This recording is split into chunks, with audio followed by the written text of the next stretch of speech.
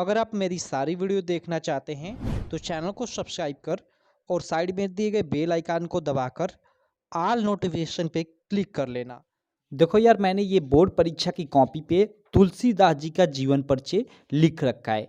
और जिस प्रकार ये जीवन परिचय लिखा हुआ है, अगर मैं कॉपी जांचने वाला टीचर होता, एक्चुअली मैं तो बोर्ड परीक्षा की कॉपी नहीं जांचता, मेरे बड़े भैया जानते हैं। अगर उनकी जगह पे मैं होता तो इसको ऐसे सही मारता, और ये जिस लड़के की कॉपी होती उसको मैं 5 नंबर फटाक से दे देता।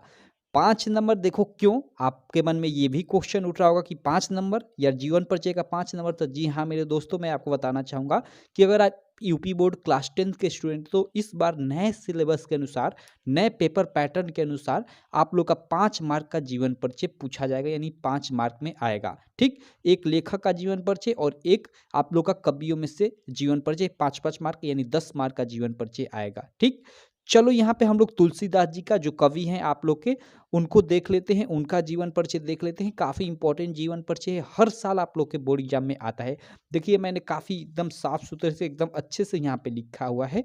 आप लोग कहोगे आपने साफ सुथरे से कहाँ लिखा है, यहाँ पे आपने गलती किया हुआ है, यहाँ पे आपने थोड़ा सा गलती किया हुआ है, तो आप 5 नंबर कैसे मिलेगा? देखो यार, आप ये सोचोगे ये बातें, लेकिन इतनी गलती कोई मायने नहीं रखती। इसके लिए आप सोचोगे कि 1 नंबर कट जाए, तो ये मतलब गलत बात होगी। इतनी इतनी गलती के लिए 1 नंबर नहीं कटता है, ठीक है? 1 नंबर की बहुत बड़ी वैल्यू होती है। चलो, बहुत सारे लोग आपको बताएँगे कि आप थोड़ा-सा भी गलती मत करो, ये करो। भाई सबसे गलतियाँ होती हैं और हो ही जाती हैं, कोई कितना भी अच्छा लिखे, गलतियाँ ऐसे थोड़ी-थोड़ी होती रहती हैं, लेकिन इसका नंबर नहीं कटता है। मेरी बात को अगर आप मानते हो तो मान लो, नहीं तो आप जिसकी मानते हो चलो मानते रहो। बाकी चलो, इनका देखो जीवन परिचय याद करने की काफ़ी सारे लड़के ट्रिक ढूँढेंगे कि जीवन परिचय याद करने की ट्रिक क्या है?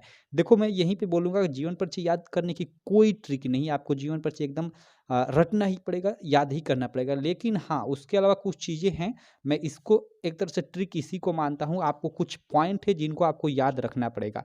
जैसे कोई भी लेखक हो गया, ठीक है? या कवि हो गया, उसका सबसे पहले तो जन्म मतलब कब हुआ था वो जानना पड़ेगा आपको। उस जन्म स्थान कहाँ है भाई, ठीक है? पिता का नाम क्या है, माता का नाम क्या है और उसकी मृत्यु कब और कहाँ हुई थी? ये जो है 1, 2, 3, 4, 5 चीज़ें आपको ये नेसेसरी होगा। और एक 6वीं चीज़ जो नेसेसरी होगा कि उसकी प्रमुख रचनाएँ कौन-कौन सी है। कम से कम 4 से 5 आपको उसकी प्रमुख रचनाएँ याद होनी चाहिए। ऐसे तो एक भी याद हो तो काम चल जाएगा, लेकिन मैं कोशिश करूँगा या मैं आपको मतलब कहूँगा कि आप उसकी 4 से 5 प्रमुख रचनाएँ याद कर लेना। तो यहाँ पे चलो, ये मैंने ये तुलसीदास का ये सब चीज़ें लिखा हुआ है, ठीक है? तो यहाँ हम लोग इसमें मैं आपका इनका जीवन परिचय आपको बताता हूँ, इसमें सारी चीज़ें आपको क्लियर हो जाएँगी। देखो यहाँ पे सबसे पहले आप लोग आपके एग्ज़ाम में आ जाए, यूपी बोर्ड में प्रश्नोत्तर संख्या 6 यानी प्रश्नोत्तर संख्या 6 के क में आप लोग का लेखकों का जीवन परिचय आएगा, और प्रश्नोत्तर संख्या 6 के ही ख में इस बार यानी 2023 के बोर्ड एग्ज़ाम में, ठीक है? ख के अंतर्गत आप लोग का कवियों का जीवन परिचय आएगा। और उसमें 3 ठे ऑप्शन रहेगा, 3 में से आपको मतलब जो आ रहा है उसमें से एक का लिखिए। तो मान लीजिए उसमें आपका एक तुलसीदास ऑप्शन हो, तो तुलसीदास ऐसे आप हेडिंग डाल दीजिएगा और ऐसे यहाँ पे जीवन परिचय लिख दीजिएगा और यहाँ पे लिखिएगा। कैसे लिखोगे आप लोग? देखो मैंने लिखा हुआ है कि गोस्वामी तुलसीदास का जन्म उत्तर प्रदेश के बांदा, ठीक है? क्या? उत्तर प्रदेश के बांदा जिले के राजापुर ग्राम, ग्राम यानी वही गाँव, ठीक है? ग्राम में सन 1532 ईस्वी में हुआ था। अब देखो आप ऐसे भी लिख सकते हो, जैसे ये 1532 आप पहले भी कर सकते हो कि गोस्वामी तुलसीदास का जन्म 1532 ईस्वी में उत्तर प्रदेश के बांदा जिले के राजापुर ग्राम में या गाँव में हुआ था। ऐसे भी कर सकते हो, आपका मन, कोई दिक्कत नहीं, ठीक? उसके बाद आगे क्या लिखोगे आप लोग? आगे आप लिखोगे कि कुछ विद्वान इनका जन्म एटा जिले के सोरो नामक ग्राम में मानते हैं, ठीक है? यानी कुछ विद्वान हैं जो इनका जो जन्म है वो यूपी का ही है, एक एटा जिला, ठीक है? उसके सोरो नामक ग्राम में मानते हैं कुछ विद्वान। लेकिन आगे क्या लिखा गया है, इस चीज़ को आप लोग लिख दोगे कि अधिकांशतः विद्वान के प्रमाण स्वरूप इनके जन्म स्थान में राजापुर ग्राम को अधिक प्रामाणिकता दी जाती है। यानी जो राजापुर ग्राम है, बहुत सारे विद्वान इसको सपोर्ट करते हैं, इसलिए इसी को प्रामाणिकता है इसी को दी जाती है, इसी को ज़्यादा महत्व दिया जाता है कि इनका यही ग्राम है, यही गाँव है, न कि एटा जिला का शोरो ग्राम। क्लियर? तो ऐसे आप लोग यहाँ तक चीज़ें लिख दोगे। एक बार मैं और पढ़ देता हूँ कि गोस्वामी तुलसीदास का जन्म उत्तर प्रदेश के बांदा, ठीक है? उत्तर प्रदेश के बांदा जिले के राजापुर ग्राम में सन 1532 ईस्वी में हुआ था। ठीक है, आगे लिखोगे कि कुछ विद्वान इनका जन्म एटा जिले के शोरो नामक ग्राम में मानते हैं। अधिकांशतः विद्वान के प्रमाण स्वरूप इनके जन्म स्थान में राजापुर ग्राम को अधिक प्रामाणिकता, ठीक है, या प्रामाणिकता, या यहाँ पे महत्व भी आप लोग लिख सकते हो, दी जाती है। सिंपल यहाँ तक लिख लोगे।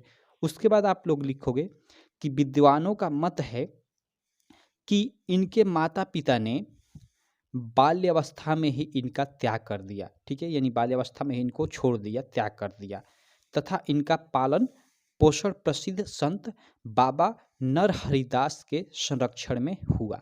ठीक, ये लिखने के बाद आप लिखोगे कि इन्हीं की देख रेख में तुलसीदास ने भक्ति एवं ज्ञान की विद्या अर्जित की, यानी वही एक तरह से शिक्षा अपनी अर्जित की। आप अपने हिसाब से बनाकर भी लिख सकते हो, या जो मैंने ये सेम चीज़ें लिखा है इसको भी लिख सकते हो।